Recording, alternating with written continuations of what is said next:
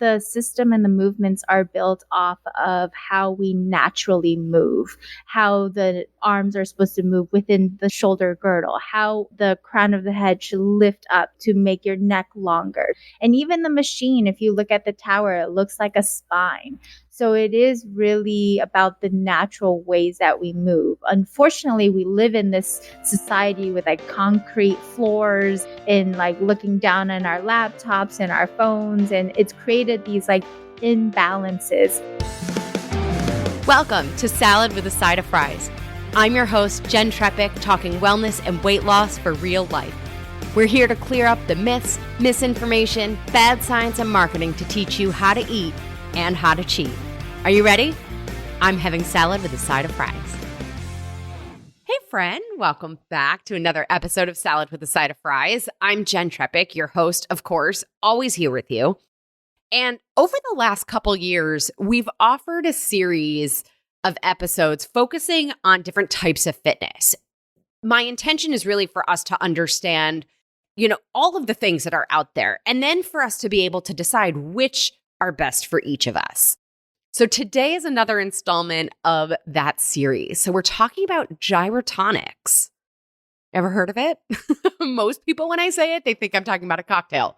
So I get it, right? It's not a cocktail. It's a method of movement that I first learned about it probably around like 2010-ish, give or take. But I am certainly not an expert. So I have a wonderful guest for us. She is a choreographer, dancer, teacher, and artistic director at the Chen Project, a 501c3 contemporary dance company based in New York City. She holds a BA in Global Studies from the University of California, Santa Barbara, and continued her dance training at the Ailey School. She's authorized gyrokinesis and gyrotonic instructor, certified in all specialized equipment, as well as Dancer's Application 1 and Dancer's Application 2. She approaches the gyrotonics work from her movement background. As a gyrotonics trainer, her accolades include training Broadway dancers and actors, working with clients of all ages with a variety of levels and needs. Her latest work, You Are Safe, was recently presented at the MoMA, so the Museum of Modern Art, for New York Fashion Week's event organized by Rise. She's a 2021 Gallup Moving Women Artist in Residence and performed in Andrea Miller's new work for Lincoln Center's Restart Stages. She was selected as a choreographer for Dance Lab New York's 2021 Fall Lab Cycle. This is all on top of her choreography credits, including Off-Broadway, Kennedy Center, Macy's Thanksgiving Day Parade, and World Expo productions, among others. So I could keep going, but let's get into it. So please help me welcome Jessica Chen. Hi. So great to be here.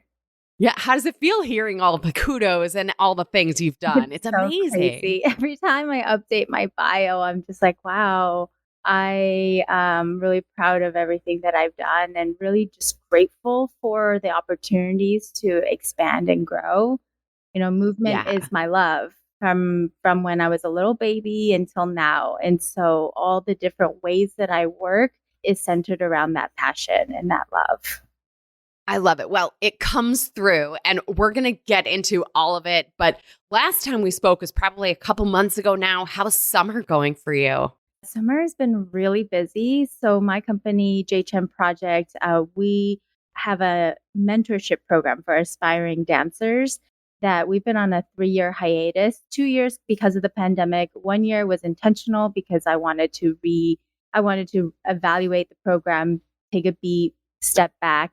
And so we relaunched it this year. A couple of weeks ago, we finished. It's a 2-week summer intensive. So it was amazing. It was great. We worked with 4 dancers, all college age, all aspiring to be professional dancers, working, living, dancing, creating. And we had some major breakthroughs in the 2 weeks. And they're all really excited and so talented. So our future is bright for everybody that's listening. Awesome. And you started to get into your story, which I want to start with. But before we do, let's tell our members what they're getting this week. So members, your recipe this week is for chickpea salad with fresh herbs and scallions. So think of it like a lighter, easier potato salad, right? Even more nutritious too. It's a great one to actually even like make ahead of time, have it in the fridge for an easy snack or a fast meal. Like you put a couple scoops on top of a bowl of greens. Amazing. It's made with Greek yogurt and lemon juice, Dijon mustard, parsley, dill. It's so good. So whether you're a potato salad fan or not, you're going to love this. And aligned with today's episode, I'm also sending you all an article titled How Metabolic Health Affects Your Joints. And that article is from our friends over at Levels Health. So it's just a great reminder of how everything is connected, as I know we're going to talk about more today. So if this recipe sounds delicious and the article intriguing, I will deliver them to your inbox on Friday, as long as you're a member. So here's what you do. Go to glow.fm/salad with a side of fries. For $10 a month, you'll get weekly recipes, a monthly article or tool, extra discounts from me and our partners, plus access to live Q&A sessions. It's a total deal when you take advantage of all the offerings. You save far more than that $10 cost. I always say this, it's a no-brainer way to show yourself that your health is a priority. Plus, being a member supports this podcast and this community so we can continue to do this for you. New episodes every week with experts because of you guys, our members. So thank you. All right, remember, if you're not a member, here's what you do. Go to glow.fm/salad with a side of fries, or just click the link in the show notes. Once you're there, you click support now, enter your email and payment method, click subscribe, and you're all set. It's that easy. You'll get this week's recipe for the chickpea salad with fresh herbs and scallions, and the article, How Metabolic Health Affects Your Joints. All right, Jessica, tell us your story. You know, you talked about this love of movement, but also how you found your way to gyrotonics initially and then becoming a trainer. Mm-hmm. Yeah. So there's gyrotonic and gyrokinesis. So gyrotonic is with the machine and gyrokinesis is without the machine. I'm certified in both. And I grew up dancing. It still is my deepest passion, like I said. And in college, I was a collegiate cheerleader as well and dancing heavily in the UCSB modern dance department. And I've always loved working my body and challenging my body. And while movement was always my focus, I was always looking for cross training, for different ways to cross train. Of course, in college and right after college, it was the gym, strengthening my ankles, strengthening my abdominals and everything. So I really wish I had gyrotonic longer than I've had, because I was always searching for that perfect cross training modality exercise system. But it wasn't until 2018 that I was introduced to gyrotonic. I was connected with the owner of Body Evolutions, Billy Macchione. And by the way, everybody I know connected to gyro leads back to Billy. Yeah. Every single person. Billy has 3 studios in New York City, one in the East Village, which was the first one, West 72nd, which is the one I work at the most, and then the newest one at Union Square. His father was also a gyrotonic master trainer. All of his brothers are. It's a whole family business. And he is definitely such a great ambassador for gyrotonic. It's always reaching out to people to share the methods and the principles and the whole system. It's a gift. And so he offered a class for my dancers and we were in the middle of training for our New York season. So I was like, this is great. This is a great opportunity. Let's, get our bodies moving in a different way. And so that's how I was introduced to it. And then he was my master trainer as I went through the foundation level 1 courses. And he gave me my start for working with clients and everything. Very fantastic. Yes, it is he is the gyrotonic man in New York City. Yeah. And he introduced me and shared this gift with me. I've also worked really deeply with one of his colleagues, Miriam Barbosa, who is also a master trainer. She was a dancer with the Martha Graham Dance Company.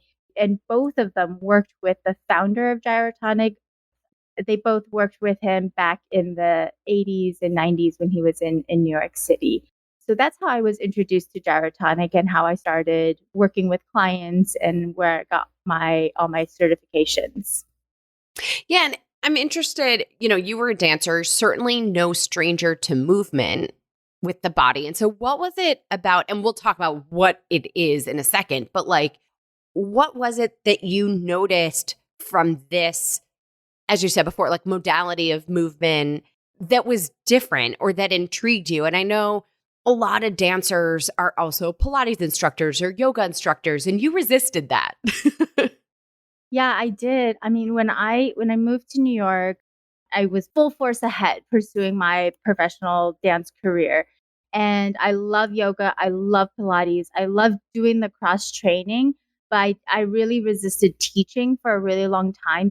I know how much patience, how much effort, how much investment teaching is. And that's the teacher that I aspire to be, that I want to be. And I love teaching, but I also was focused on my performance career at the time. So I really resisted, especially when I would find a yoga teacher that I just fell in love with and I just wanted to experience that, to be that, to share that. I went always like back and forth. Should I do a Pilates training? Should I do a yoga training? Should I do something like that to supplement my dance career?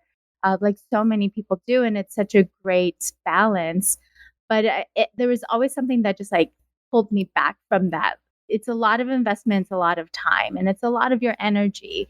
And so in 2018, 2019, when I was introduced to Gyrotonic and I did my level 1 foundation course, my company, Chen Project, was also celebrating our 10-year anniversary. So I've been in this transition for a long time. I started my company while I was still performing and had to, balance back and forth between directing and choreographing and dancing and performing. And so I've been in this like transition phase for a long time. But around that time, I was like really starting to, we had just gotten our 501c3 status in 2017. So 2018 essentially was my company's first year as an official incorporated nonprofit, as well as it was our 10 year of me creating dance works, hiring dancers, working with dancers.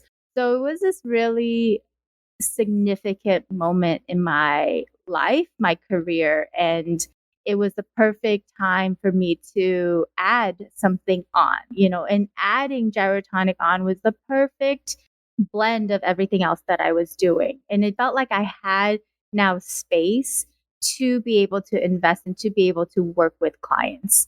That would definitely was the difference, like the timing wise.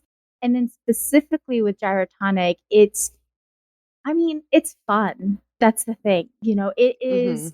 It really is a mindful exercise system with like an expressive quality to it. So Julio has used the principles of dance and yoga and Tai Chi, but really it is a exercise modality. It is a system for anybody really, and he's expanded that since the 80s, but it's based off of dance. So the expressive quality is part of the exercise. So it's not just doing the movements, but it's the quality of how you do the movements, and that I really connected with because that's dance, that's choreography. And so a movement, you could see 10 dancers doing the same movement and one sticks to you, one you remember. Why is that?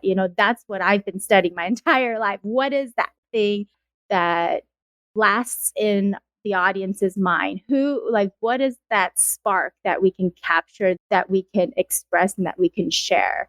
And so there's that element of gyrotonic. And so a lot of my clients who say, oh, I hate going to the gym, it's so boring to do this and that and that and that. They love coming to Gyrotonic because they're learning about their bodies and about how the body is working and how they can adjust and grow. And they're also they have that kind of freedom, that fun, the joy of moving. Yeah. Okay. So let's talk about it for a Yeah. second. Because I think likely a lot of people aren't particularly familiar. Mhm. So, what is gyrotonic? And maybe also a way to explain it is like what it's not. Mhm. Okay. Gyrotonic is a system of movements that is based off of our 7 spinal motions. So we take a look at the spine and all the different ways that the spine moves. And the spine connects our body. It's what holds us together. There are many other elements that hold us together, but the spine is a huge element to it. It starts at the base of your skull and it goes all the way down your backside. The 7 different ways that the spine moves is what we call the spinal motions. And they're the arch and the curl and the side arch, right and left, and a spiral, right and left, and then a wave motion, which is an undulation of the spine. So all of that to say that gyrotonic, one of the main principles of gyrotonic is to mobilize the spine and also with that to decompress the joints. So the shoulder girdles, the hips, and the neck, and your wrists, your elbows, your knees, your ankles. So decompression of the joints and mobilizing the spine. So the difference between gyrotonic and gyrokinesis is the gyrotonic has, you work with the tower. All of the systems are based on the spinal motions and the different ways that your spine moves. With gyrotonic, you have the main machine is called the tower, the gyrotonic tower, pulley tower. And that is an equipment that has a tower with straps on it that has weights attached to it. Yeah, we'll come back to the equipment stuff too. Okay. Yeah. And then a bench with like a handlebar pulley unit. You're using the equipment to help facilitate the movements in the body. It can look like Pilates, but it's really very different from Pilates. And the main distinction between gyrotonic and Pilates is that Pilates movements are very linear and they kind of target these big muscles right away, your abdominals, your thighs, your arms. And with gyrotonic, it is actually more of a yoga. So the movements are more circular based and more undulation through the back. And so that is what gyrotonic is and what it is not. Yeah. And you were saying, so gyrokinesis then is not using any equipment. Yeah. Gyrokinesis, you have a bench that you have a chair that you sit on. And so there's part of the session where you're sitting on a chair and you're doing the movements on the chair. And then there's a floor section too. So gyrokinesis will look a lot more similar than to yoga. I can hear people going, okay, I do yoga or I do Pilates or I really hate all forms of working out. Like, what might somebody be experiencing that would be an indication that gyrotonics or gyrokinesis might be a good fit for them? So I work with clients of all ages and all abilities. A good chunk of my clients are, 50s plus. I worked with a client who is 96. So they go from and then I've also worked with a 6-year-old. So 6 to 96. Everybody's welcome. Everybody can do gyro. Everybody can have fun with gyro. So my clients, a lot of the times, many adults experience back pain, lower back pain, all throughout the back and neck pain. I read an article that was published in March 2020 on healthdata.org. And it says in 2016, Americans spent an estimate of $380 billion on low back and neck pain. So that's I'm so not surprised. Expensive. Hey, that's a lot of money to spend. And it's a common thing. A lot of people experience, especially low back pain for various reasons. And so somebody that could really benefit from gyrotonic, and my clients have benefited from that, is if they're experiencing back pain. And if they're which could be a function of sitting all the time, standing all the time, like anything we do all the time. All the time. Exactly. And so what gyro does is it decompresses the joints. So we have a traction series, and the machine really helps that because it facilitates that. So your body can open, it can feel more, have more space. So the official title of gyrotonic is the gyrotonic expansion system. So that's the full name of it. And it really expands, expanding the joints and expanding the body so that you can be more open and more confident. your chest sits a little higher, your neck is a little longer. That feeling is really what we're trying to work with clients, especially with pain. Some ways is stuck energy, so we need to move the energy, but we can't move it if there's no space to move it. So we need to create space and then move the energy to move the pain out. Now, on the other hand, like when I entered gyro as like a cross training, as a professional dancer, as a professional athlete, that is also an amazing way to use technique. So I have, ballet dancers that are in their that they're like 13 years old training. They want to be the next ABT star, American Ballet Theater star. Gyrotonic is a great way for professional athletes and pre-professional athletes to work with their body and in a way that complements their training, in a way that complements their training so that they can avoid any injuries. Because, in dance, if you do a choreography, you don't do it symmetrically all the time. In modern class, we'll do, a phrase one way and then you'll do it the other way. But in real life, on stage, you're not doing the entire ballet on the other side. So you're naturally going to be imbalanced. And gyrotonic brings us back into our back into symmetry, back into balance. So it works with those that have already kind of pre-existing issues, rehabilitating from injuries. I have a client who had 2 hip replacements and I've been working with her. She just got her second one a few weeks ago, and gyrotonic is the only thing that makes her feel like that she can move and that she healing her body as she's recovering from these major surgeries. And then it also facilitates those who are training their bodies rigorously, as a professional athlete, as somebody that's like just pushing and challenging your body. It gives you more ability to go further. It's almost like, it's marathon training season in New York too. Yeah. So you've got all the marathoners, right? Yes. The athletes, the pre-athletes, the dancers, those recovering from injury or who have pain. But then one of the other things you said to me last time we spoke that really stuck with me is that a lot of your clients are people who hate working out. It's so true. What do you think it is that attracts them to this then? Because I've been trained in the dancers application. So when I work with dancers, of course, I use the dancers application, but I've also will tailor it to some of my clients. So one of my clients this week actually was asking me about tree pose or about balance. She's very aware that as we age, our balance gets wonky. And she's like, I do not want to fall. I want to she's really working her body and to stay healthy. And so we did some of the dancers application with her to find that balance. And yeah, it was really incredible. And so she said, "Oh, I feel like a dancer. I feel like a ballerina."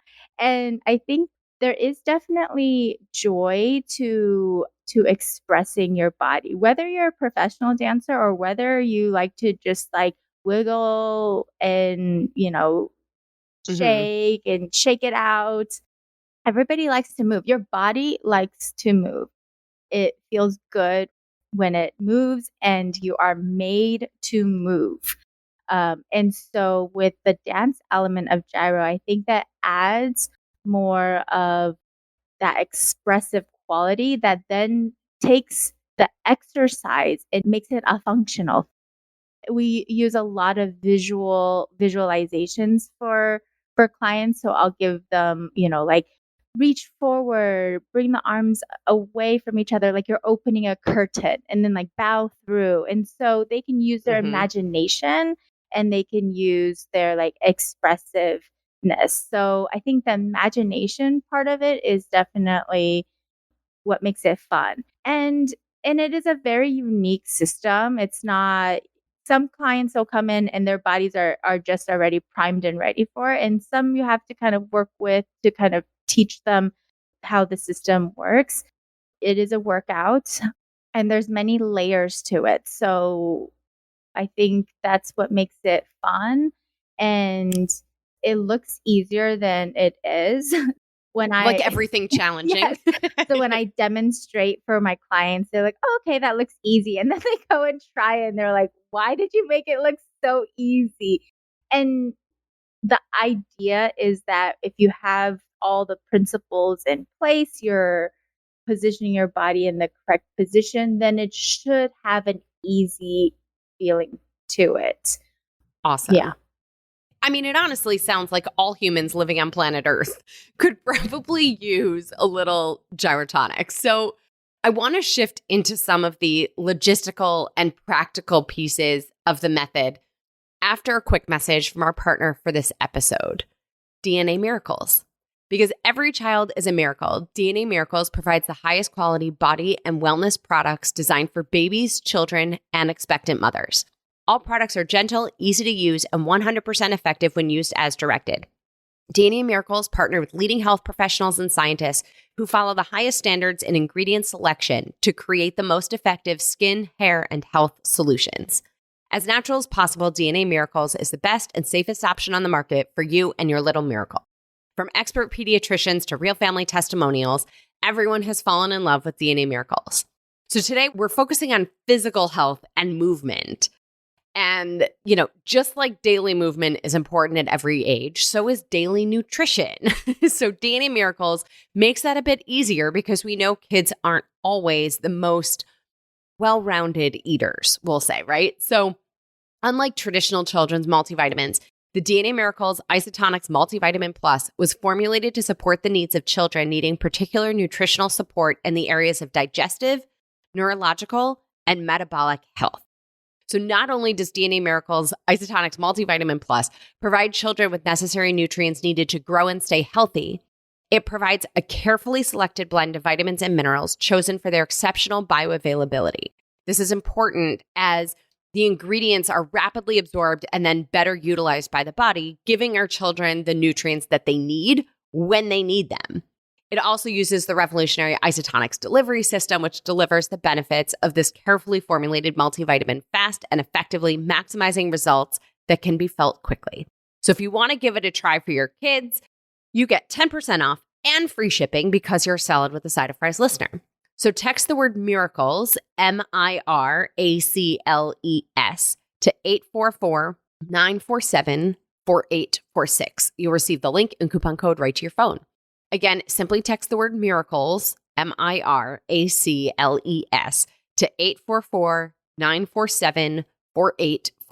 You'll receive the link and coupon code to get 10% off and free shipping. This is a toll-free number. Standard text and data rates may apply. Okay, so Jessica, you started to talk about the equipment a couple minutes ago. And because of the equipment, this isn't necessarily something people can do with the equipment they already have, right? Or things that they have at home. They're really specialty pieces. We have the bench and the tower, and then there's other things, but maybe we start with those two. Mm-hmm.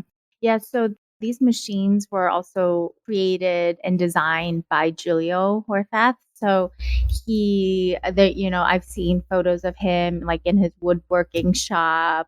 The original machines were handmade, and he's still designing them. And so they've shifted throughout the generations. The main equipment is the gyrotonic pulley tower. So there's two parts to it. There's a big tower with weights and 2 straps above and then 2 straps in the middle of the tower, which we call the upper straps and the lower straps. And then there's a bench that has a handle unit on it that there's 2 handles on there, and they go in a circular motion, and that is used for our arch and curl series. That's the machine that we use. You can push the bench away and do work with just the tower and the floor, and then you can use the bench separately. Yeah. And so then gyrokinesis, right, uses 0 equipment. Mm-hmm. So theoretically, that one you could do on Zoom. Yes. And you mentioned that one uses a stool or a chair. A stool or could a somebody chair. use a chair they have? Mm-hmm. Yeah. Ideally, it should be like when you sit on it, when you sit on the stool, there should be a little slant in your thigh so that your pelvis is a little higher than your knees. That's ideal. You don't want your knees to be higher because then it'll be even harder to decompress those hip joints. So ideally, you want to have your pelvis higher than your knee and have a little, like a 45-degree slant in your thigh. If you don't have a bench that way, you can put a mat on top of it. You can put a pillow or something. And yeah, gyrokinesis on Zoom is really what so many gyro teachers like did. I did as well, throughout the pandemic. So there are a lot of gyrokinesis class on Zoom now, which is great because it introduces the method and you can do it at home. You just need a chair. I did also in the pandemic I saw like my Pilates friends like use canned beans for like weights and different things around the house. And so with one of my clients, we did use a Swiffer to like emulate the circular motion of the handlebars. And she is a client I worked with for a year before. So she knows how to move. Right. So maybe don't start with the Swiffer. No. It's right. like, we had to just like, we played around with it. And we did what we could when we were all stuck at home, but it's not something I recommend at all. It's just like beyond that, there aren't really things that you can do to do gyrotonic. You just need yourself to do gyrokinesis.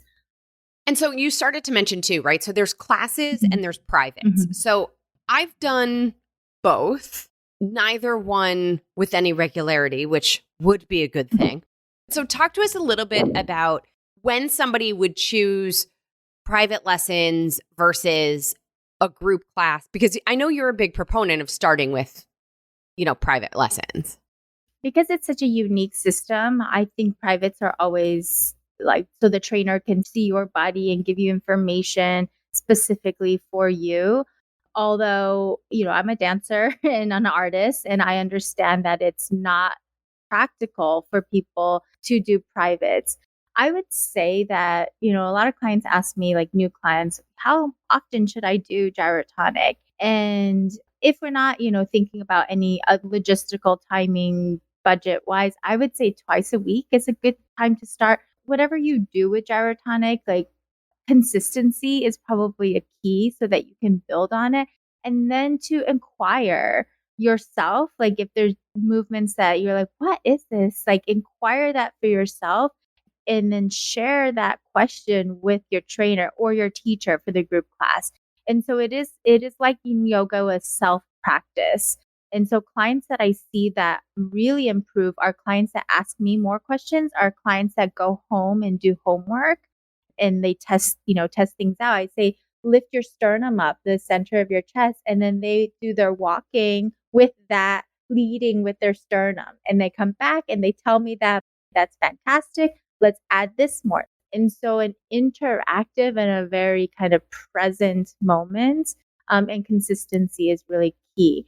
If you can afford to do privates, group classes are great, especially if those that are dancers and that are movement, that understand their bodies a little bit more, then you can hop into a group class and that's great. I love the combination of like private class and group class. If you do one private and then do a group class, so then you get some personal attention and then you can figure things out. Yeah, I love that combination. And I think there's an interesting thing because our body settles into old patterns, right? We sort of have these established like tendencies that I think we don't necessarily recognize for ourselves. We don't necessarily realize when we compensate, one side for the other. And so at least for me, in my experience, having somebody really paying attention, like even when we did our session, like to say, hey, okay, so you go a little bit to the side, to one side or the other when you do this thing, that I think there's something really special about having that personal attention to recognize those tendencies and established patterns to rebalance, right? And make those slight adjustments.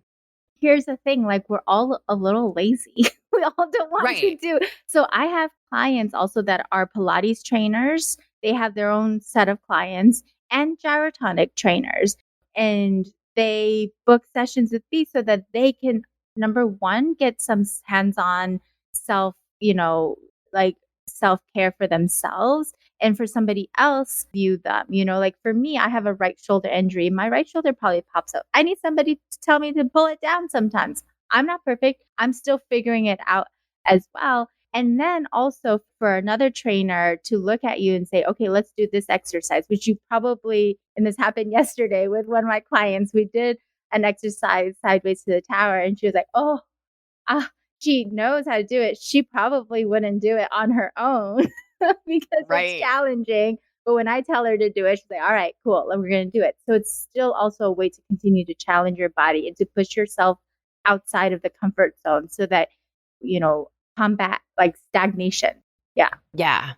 And I think there's an interesting piece too. Like if I describe it or the way I think about it, it's less about doing the movement and more about almost like how and where the movement initiates. I don't know if that makes sense to everybody, but it's like you could lift your arm and it's coming from, the front of your arm, or you could lift your arm and it's sort of being lifted by the back. Yes. And you really hit a major point for gyrotonic. One of the principles is like, where is the movement coming from? It described the arms starting from the center of the chest. So you're not moving your arms. Like you can move your arm independently because it's a very mobile limb. But what does it feel like if you move your arm starting from the center of your chest? What does it feel like if you move your legs starting from your pelvis, starting from your seat center? What if you're not moving your legs at all? Your legs are an expression of what your hips are doing. That's from my master trainer, Miriam. Same with your chest. What if you're not moving your arms at all, but the arms are expressing what your chest is doing, what your body is doing? So the arms and the legs are an extension of the body, and they're that expressive quality that comes from the core, comes from the center. And understanding where the movement comes from is also what makes it fun too. That interrogation of the body. And so you brought up Pilates again a minute ago. So Pilates is sort of the same sequence every time, right? You do the same moves in the same order generally. Gyro's not, right? So talk us through, like every time we do it, we might do something totally different. Yeah. So gyrotonic, there is definitely like upper body, like an arch and curl series. Like you start off with warming up the spinal motions. And then there's the lower body series, and there's the upper body series. In general, I'm doing the upper body series. I'm still working from my lower body. It depends on like where the client is, how much information I want to get them. But the ideally is like you're moving your body, your whole body, and every exercise that you do. We have the main equipment, the gyrotonic tower, but there's also 4 specialized equipments. The jumping stretching board, which has little sliders on the board. So essentially, the best way to describe it is like the tower, nothing's moving and you're moving everything. You're moving the straps, you're moving the handlebar. Nothing on the equipment itself moves. On the jumping stretching board, the sliders move. So if you're standing on it, it gives another element, it gives another way to create instability so that you have to strengthen your core even more. You have to find that center balance. And then there's the archway, which actually takes you off the floor. So it's like from that extra challenge, how do you still maintain that center? So there's always like different ways that we challenge the body. And I always check in with my clients at the start. I'll have an idea because I know their bodies. I know how I want to progress their program. So I have an idea of what I'm doing. But if they say something like, oh, my right shoulder is really, that knot is really bothering me today, then we might do some things that are more upper body openings before we go into arch and curls. So I work with the body, and then finding different ways to challenge them. And sometimes when you challenge your body, then it meets the challenge and you're, wow, that I didn't realize I could do that. And that builds your confidence both like in the mind and in the body. And that's also really important, especially, as we age, gravity kind of takes hold and our shoulders slouch forward a little more and we're just feeling just a little weighted down.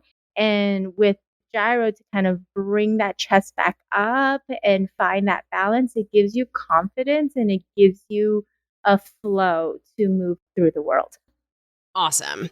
So how does somebody find a trainer near them? How do we know, if somebody's qualified? Because like we said, it seems like everybody, at least in New York, comes back to Billy. So, is there a Billy everywhere? Like, how do we help everybody access gyro? Yeah, so there are gyrotonic studios all over the country, all over the world. The best source of finding the studio is the Gyrotonic website. Gyrotonic is GYROTONIC.com. So gyrotonic.com. There's a button on the main page that says studios, and you can go into the studios section and then you can type any country, you can type any city, and then you can look for a gyro studio that is near you. So in order to become a gyrotonic instructor, it's a pretty lengthy process. You have first like a pre-training. So even before you do your foundation course, you have to do a pre-training that gets you ready for the master trainer.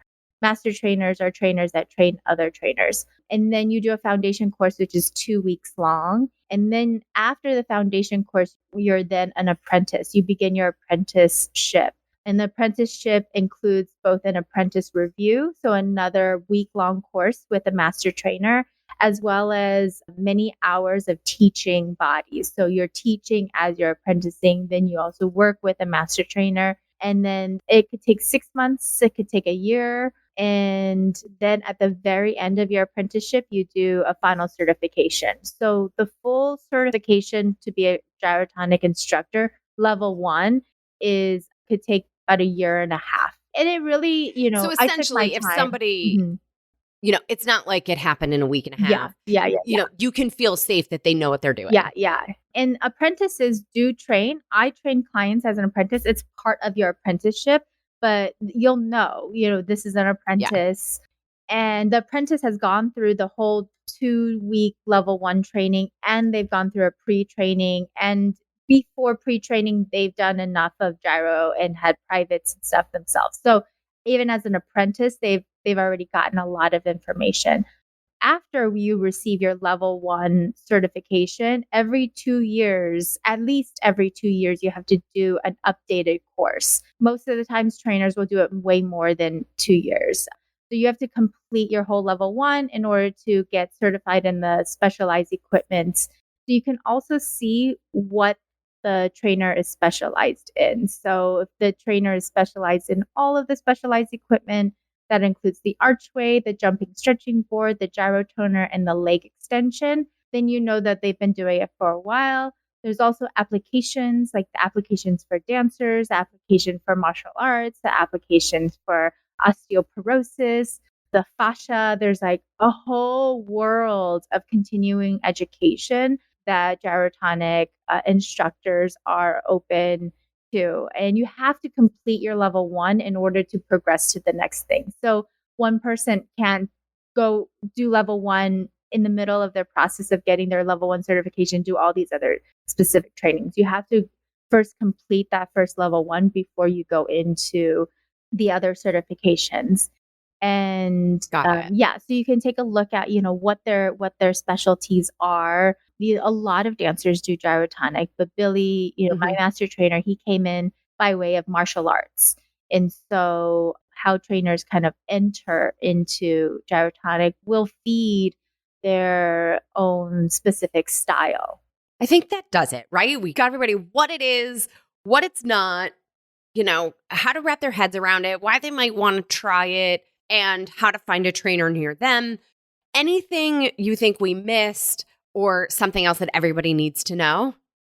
I'll just say again that it's a self-practice, so it's as much as you put into it, you'll get out of it. And it is a really beautiful system that has so many layers And communication is key, to your trainer, communication to your teacher, and then communication with yourself. It's the system and the movements are built off how we naturally move, how the arms are supposed to move within shoulder girdle, how the crown of the head should lift up to make your neck longer. So it is built on, and even the machine, if you look at the tower, it looks like a spine. So it is really about the natural ways that we move. Unfortunately, we live in this society with like concrete floors and like looking down on our laptops and our phones, and it's created these like imbalances. But this is a method that can help you find that balance again and also give you confidence and mobility and strength and flexibility so that you can, live your best life. Awesome. All right. It is time for our rapid fire off topic questions. You ready? Oh, yeah. What's the best thing you've done for your health this week? What's the naughtiest thing you've done related to your health this week? I think I went grocery shopping instead of buying things outside. What is the naughtiest thing? I have not been to the gym yet this week. I'm still doing cross training. If you weren't, a dancer, choreographer, gyrotonic trainer, what would you do? I would be an archaeologist. Interesting. Favorite book on any topic other than your area of expertise? Or it could be fiction book. I am a big fan of The Alchemist. If you could cure one ailment, disease, or sickness, what would it be? Depression. Good one. If you were a superhero, what would be your superpower? I would want to fly. A lot of people want to fly. What's your biggest pet peeve? Complacency. Ooh, good one. Finally, in your opinion, what's the next frontier in wellness? I would say like sunshine, go outside. Nature. Yeah. Yes. Awesome. Well, thank you one more time. Just appreciate you being here. Tell everybody how to connect with you and learn more about you and your, dance work and also gyro. So my website is my full name, Jessica Chen, JESSICACHEN.co. My company's name is Chen Project. You can also find that on the web. My Instagram is jessicachen.arts, ARTS. And I am in New York City. I'm at Body Evolutions West 72nd. You can come up to West 72nd Street between Amsterdam and Columbus. Say hello, look at our machines, book a session with me. I am creating a new work this summer, a new dance work, and will be performed in the East Village in August. And I'm around. Awesome. Thank you again. Do you have time to hang out for our nutrition nugget? Sure. Excellent. So this week we're talking about nitrates and nitrites. First of all, I want to thank our friends at Food Revolution Network for this one. And I wanted to talk about it because you may recall from our hot dog nutrition nugget, they contain nitrate and nitrites. We talked about them as things that we want to avoid. And then in other nutrition nuggets, I've mentioned those same things as reasons we might want to eat certain foods. It is confusing, right? So today we're going to clear it up, hopefully. That's the plan. I'll start with the bottom line and then we'll break it down a little bit. So whether nitrates and nitrites are healthful or harmful comes down to two factors. The source, so either natural or man-made, and the nutrients they're paired with, namely proteins and certain minerals. Setting a bit of a foundation. So the red flag on nitrates and nitrites was first raised in the 1960s. And at the time, they were being used to cure meats, right? So think ham, bacon, hot dogs, those kinds of things. And it looked like they were causing cancer in lab rats, or lab animals, I should say. At the same time, research was looking into nitrates and nitrites in plants, which seemed to be good for us. So actually, the 1998 Nobel Prize for Medicine was awarded to, and I'll probably butcher these guys' names. So it was Robert F. Furchgott, Louis J. Ignarro, and Farid Murad. And they won it for discovering nitric oxide as a signaling molecule in the cardiovascular system. So basically, they figured out that nitric oxide helped dilate our arteries and our blood vessels, which therefore lowers blood pressure. That was sort of like the foundation and where all this started. But to define what we're talking about today, nitrates are chemical compounds containing both nitrogen and oxygen. Nitrites are formed by the oxidation of ammonia and Nitrobacter bacteria. So in English, these things all happen naturally in the nitrogen cycle. Nitrates combine nitrogen and oxygen to be NO3, which plants need to grow. Nitrites become nitrogen and oxygen, combine nitrogen and oxygen to become NO2, which is what's used as food preservatives. So when humans discovered how to produce nitrates and nitrites synthetically, that is where we started to run into problems. I've also heard it commented that, that Nobel Prize for medicine that we just mentioned a minute ago, apparently it was funded by the guy who turned nitroglycerin into dynamite. So they basically figured out that synthetically fixed nitrogen could also help create fertilizers and food additives in this whole process. Back to the factors that make a difference. So the first factor is it naturally occurring or man-made? So with naturally occurring nitrates, you'll find them in green leafy vegetables and root vegetables. They're loaded with nitrates. The nitrates in plants come directly from the soil. And this is, again, that natural nitrogen cycle. When we chew our food, our saliva and the chewing convert the nitrates into nitrites. Essentially, we're using up some of that oxygen, so it goes from NO3 to NO2. When we swallow the food that we've chewed, our gut is exposed to those high levels of nitrites, which turns into nitric oxide. Again, it's removing another oxygen molecule. Now we have NO, nitric oxide, and that is what helps with our cardiovascular health and that dilation. When we get nitrates from plants, it's fine and good for us, not just because of the nitric oxide piece, but also plants also tend to offer us antioxidants. When we have the nitrates with the antioxidants, it inhibits the formation of harmful compounds when the nitrates combine with certain proteins. We're going to come back to that in a minute. Some of the benefits of nitrates in plants, we talked about the arteries, right? The nitric oxide also helps prevent atherosclerosis, high blood pressure, erectile dysfunction, right? Think about all these things connected to circulation. There's also some evidence that beets, which are high in nitrates, may support athletic performance by allowing the cardiovascular system to work more efficiently under stress. Nitrates in vegetables may also help prevent and treat age-related cognitive decline. So the nitric oxide, which increases the blood flow, also does so in the brain, and especially the frontal lobes, the front of the brain. So in 2019, there was a small study, 24 people of varying ages. So some were younger, some were older. They had two groups. One group was given high doses of nitrate-rich beet juice. The other group was given a placebo. Then their heart rate and blood pressure were measured as they were given a cognitive challenge test called a Stroop test. So the group who had just consumed the real beet juice, not the placebo, did significantly better on the test, and it suggested that the plant-based nitrates can help people of all ages really think better. There are also other studies, larger groups of people. There was one larger group of people, longer period of time, that showed those who had daily servings of leafy greens and antioxidant-rich and nitrate-rich plant foods scored significantly lower on tests of mental age compared to those who ate fewer vegetables. And it was significant, for the people who ate the most and the least amount of vegetables, it was 11-year difference in their cognitive age performance.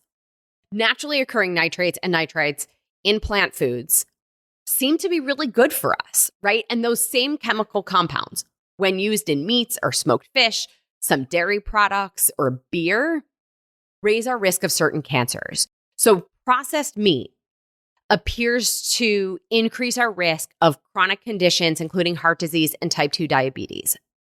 So it's really synthetic versus natural. Okay, so that's the one piece. The next piece is then what they're paired with. the nutrients that are coming with the nitrates and nitrites. So when they're paired with animal products or created synthetically, they turn into what's called nitrosamines. And I'm probably saying that wrong, but what it is the nitrosamines can lead to improper cell growth in the digestive tract.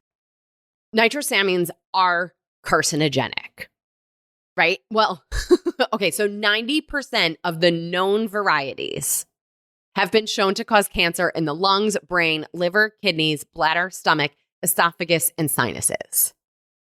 Separate from cancer, we see cognitive behavioral challenges. So there was an analysis of more than 1,000 people, some of whom had and some didn't have psychiatric disorders.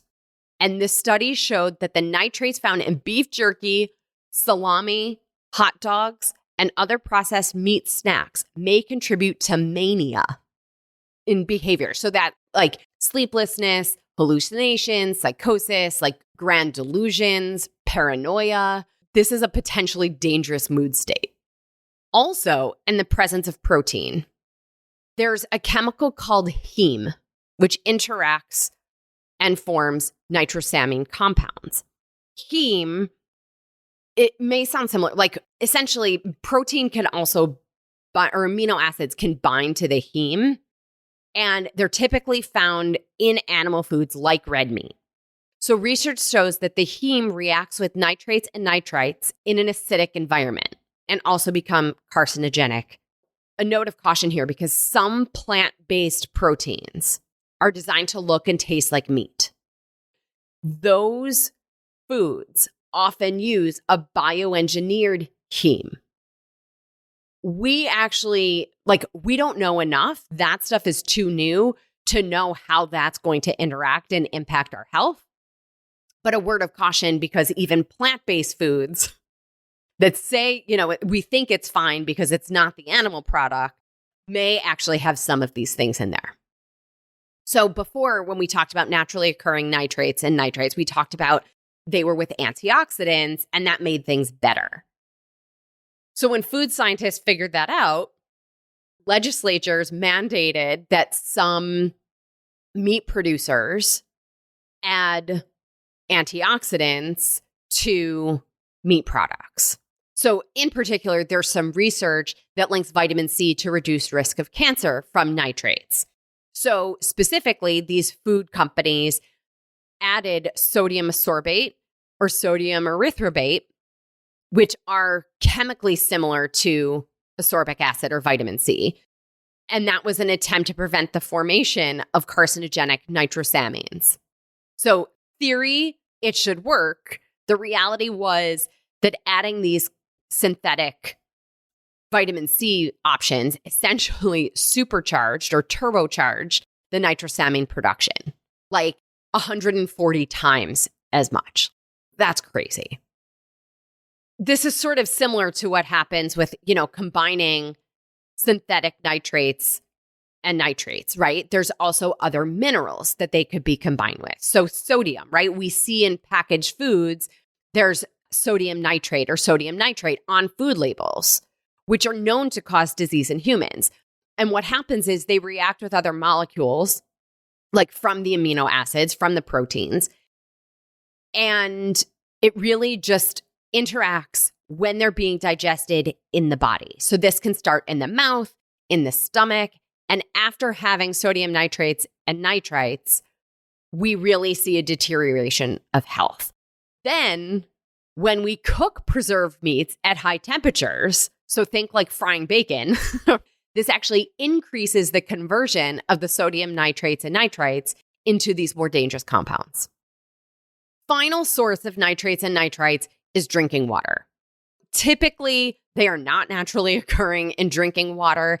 It really is coming from the contamination of soil, right? Where, our water sources are, pesticides and fossil fuels in the atmosphere contributing to contaminating our drinking water. And these nitrates and nitrites are falling into the harmful category, right? So what do we do, right? Where does this leave us? We want to make efforts to limit or avoid the foods that are high in synthetic nitrates or nitrites. So bacon, hot dogs, sausage, jerky, processed deli meats, those kinds of things. We really want to, even smoked fish or smoked poultry, like a lot of times things are cured with a brine. That brine can have sodium nitrite. Certain cheeses, can have certain beer can have nitrates and nitrites. Really quick, beware of also labels on processed meats that says uncured.